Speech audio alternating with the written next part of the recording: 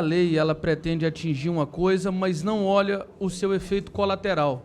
Então, a realidade que está sendo tratada aqui, essas pessoas que estão aqui, na sua grande maioria, são pessoas que vieram de regiões onde há uma codependência das cidades menores às cidades maiores. E não há o transporte público. Ou seja, não tem alternativa. Essa é a única opção do direito de ir e vir. Então, nós estamos tratando aqui, vou dar um exemplo prático para vocês. Esse talvez seja o melhor exemplo que possa ser dado.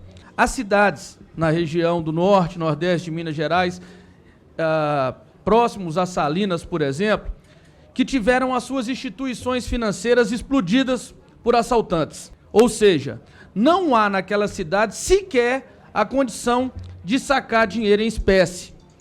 As pessoas daquela cidade precisam se locomover a uma cidade vizinha para ter acesso ao seu recurso, ao seu salário, tá certo?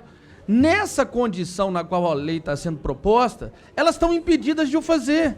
Então a situação ela é muito mais complexa do que parece. Nós estamos tratando a coisa de uma forma muito apegada ao detalhe, sem entender a complexidade e a dimensão disso. E quando eu estou falando, estou citando uma cidade, mas queria deixar claro, Paulo, durante o nosso processo eleitoral que antecedeu, agora estamos completando aproximadamente alguns meses deles, eu passei em 12 cidades nessa condição. Então são 12 cidades que não tinham instituição financeira e que a principal ferramenta, né, a principal economia daquela cidade era oriunda do trabalho dos taxistas.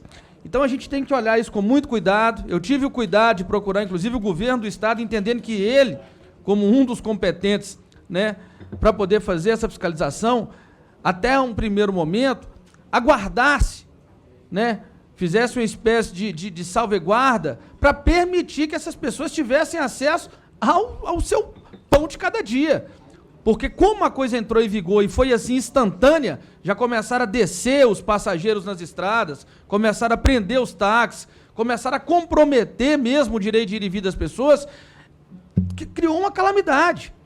Então, a situação é muito delicada, nós precisamos aqui estar de mãos dadas, Paulo, nesse projeto, porque, sem sombra de dúvidas, é uma calamidade essa situação na qual esses homens que trabalham, que garantem o direito de ir e vir das pessoas, estão impedidos de o fazer.